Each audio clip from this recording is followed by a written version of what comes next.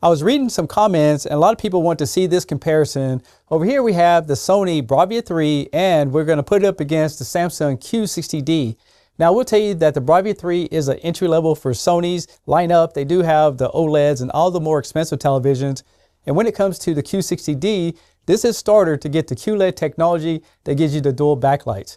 Now, I'm not going to go over all the specs. I'm not going to go over all the design because I made full videos on both televisions. But what we're going to do in this video is just compare the picture test so you'll know which TV is the best one for you and your hard-earned money. Let's get into it.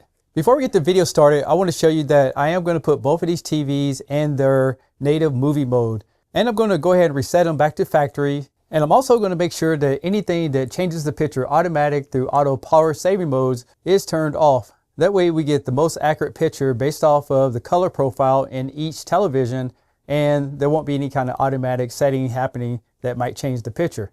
The first thing we're going to look at is SDR mode so we can see what kind of colors really pop on these TVs.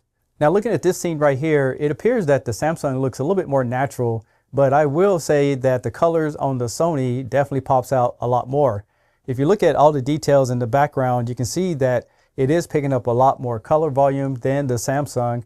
But what it really comes down to is the different colors that you like on the television. If I pause this scene, look at the background, and you can see that the Sony brings out a lot more shadow details. In my opinion, I'm liking the Sony better for movies just because I can see a lot more colors and everything seems to be a little bit more natural looking. I think overall both TVs is going to be great for just about anyone. However, when watching movies, I just think the Sony is going to bring in a lot more colors than the Samsung in this particular format. Now, don't get me wrong, the Samsung does look really good, but if you look at all the colors in the background, you can definitely tell the difference in how much the Sony is performing over the Samsung on this particular demo. And here's another scene for you to check out. Again, the colors on the Sony I think looks a lot more natural to me over the Samsung.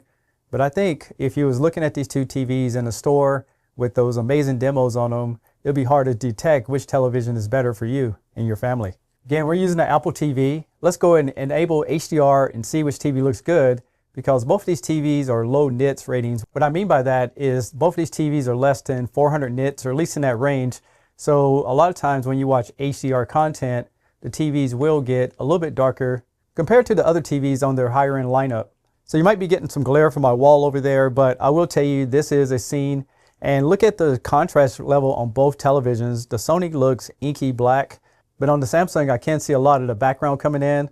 And if you look at the Sony, you can definitely see the details in the yellow ladder. So let me go and turn off the light so we can get a better look at these TVs. So if you're trying to compare these two televisions to figure out which one has the brighter picture, more details, I think it's getting very obvious which TV is going to perform over the other television. And again, I didn't change anything. Everything is in the cinema settings. Now, of course, you can go into the TV and you can make all types of adjustments, but I will tell you that both TVs are going to perform decently, but you can't help but realize that Sony and their color science is hard to match, especially in the price range that these TVs are in. Here's another demo scene from Ant-Man, and you see that it is in a brighter scene. I will tell you that you're going to see the backlights on both televisions because, again, these TVs don't have local dimming zones. But when you just compare the picture quality, you have to decide which one do you want. Something that's more natural like the Sony, or do you want something that's a lot brighter like the Samsung? And here's one of the last things I want to show you on this demo. This is Doctor Strange. What do you guys think? I just really think the Sony's bringing in a lot more detail than the Samsung. But I love both brands. Samsung is fantastic. But again, when it comes down to comparison on these two models, you guys asked me to show you some demos, and here we go. Which TV do you like the best out of these two models? The next thing we're going to take a look at is sports on both of these TVs. Now, I will tell you that the Sony definitely has richer colors, but the brightness on the Samsung really stands out. If you look at the crowd in the background, you can definitely see a difference in the contrast level between both TVs. And for me, what it really comes down to is, do you want that darker contrast look to your sports? Or do you want that brighter scene that the Samsung can produce, because it is much brighter on the standard setting on these televisions because they don't have a sports mode. And for me, looking at the motion on these TVs, they look very similar, so I can't personally pick out one versus the other, but let's do a motion test to see how well they perform. To do this motion test, I basically just went into both TVs and turned motion off altogether so we can see the difference, starting off with the Sony Bravia 3. So what we'll do is we'll go through these settings here and see what we get. And even with the smooth settings, it brings up these artifacts on that top line there. Now you can go into custom and we can do what they call smooth. And with the smoothness, if I turn it down, it does get smoother as I turn it up, but it still has those artifacts. And then we have clearness, which makes the TV a little bit darker, but it really doesn't clean up that much. And then we have cinema motion.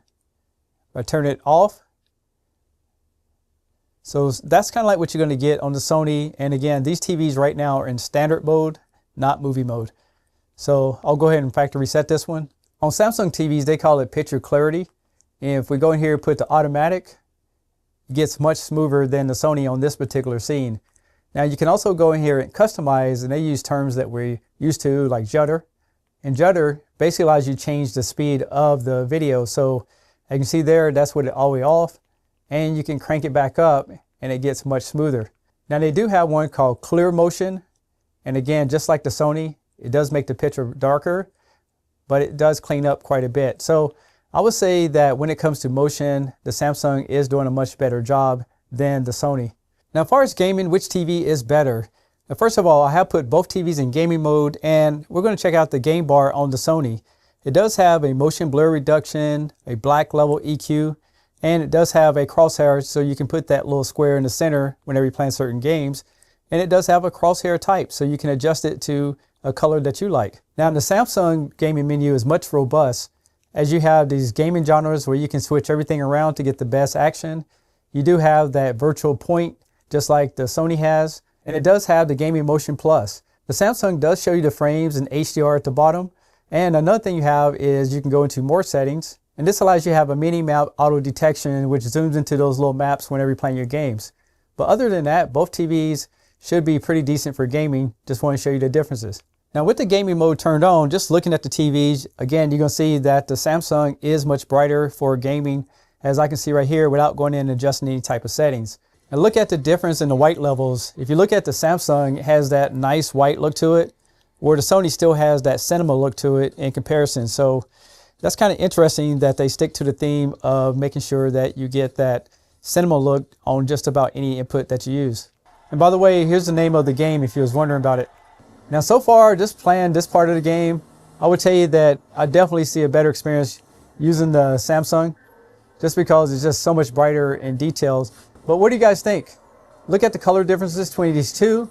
And I know this is getting very confusing because each TV has some certain qualities about them that you'll like. And I'm pretty sure I have a good idea how to summarize this video with just the experience of putting both these TVs side by side and playing with them. I'm going to give you my final thoughts in just a moment. But here's some gaming again. And if you look at that sky on the Samsung, it's much bluer. Again, the Samsung is definitely outperforming the Sony when it comes to gaming. But you know, it comes down to Samsung makes their own software and they have the ability to control everything, where the Sony does use Google TV, which is excellent. It's just one of those things where I think on certain things they don't have full control over it like Samsung does. So here's my thoughts, and if you haven't watched the full video, go check those out right after this video so you can really get the details of both TVs as far as the unboxing, the design, and all that good stuff.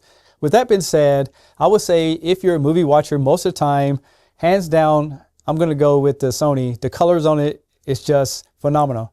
Now, when it comes to gaming, the Sony does a really good job.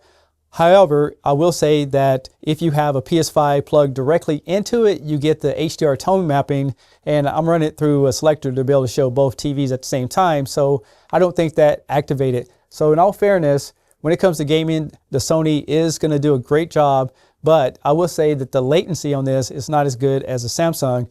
In fact, if you go play back some footage, you'll notice that the Samsung loads up slightly faster than the Sony. Now, if you're a gamer, hands down, Samsung. It's just, the colors are much better than what I saw.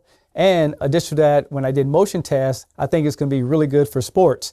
Now, both TVs are great, but it really comes down to, if you're a Sony fan, this one's going to be a great television. And if you're a Samsung fan, I would definitely step up from the DU series and get the Q series, because you get the dual backlight and all that technology. I also want to say is that the Samsung has a lot more features in it, like you can do dual screens, and the application store is pretty robust. That's all I have on this video. Tell me what you think in the comments below. And if you want to go check out those other videos, leave a comment and tell me if I got something wrong.